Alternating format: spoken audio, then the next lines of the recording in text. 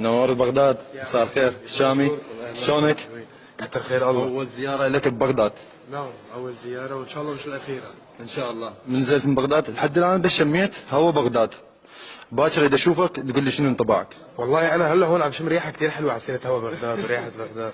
بعتقد في ريحة عطور كثير حلوة هون. طيب.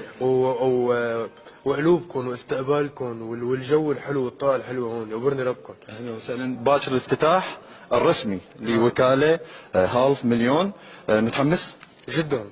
أول شيء لأني عم زور بغداد لأول مرة، ثاني شيء لهذا الافتتاح الحلو ولهالوجوه الحلوة. حلو. يقبرني ربكم. جمهورك هواي بالعراق، راح نسمعك تغني عراقي، واكثر المطربين العراقيين تغني لهم او تسمع لهم.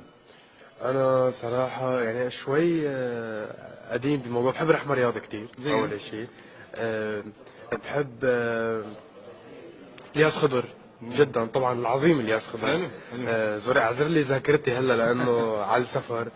سعدون الجابر طبعا شوي بحب الطرب العراقي الاصيل. نعم. والجميع يعني والنعم من اصوات باكر الجميع. تغني باكر عراقي؟ يلا خلينا هلا توصل الفرقه ونجهز بعيوني. يلا نورنا. اهلا وسهلا حبيبي، بك الله حبيبي، يخليك. نورنا.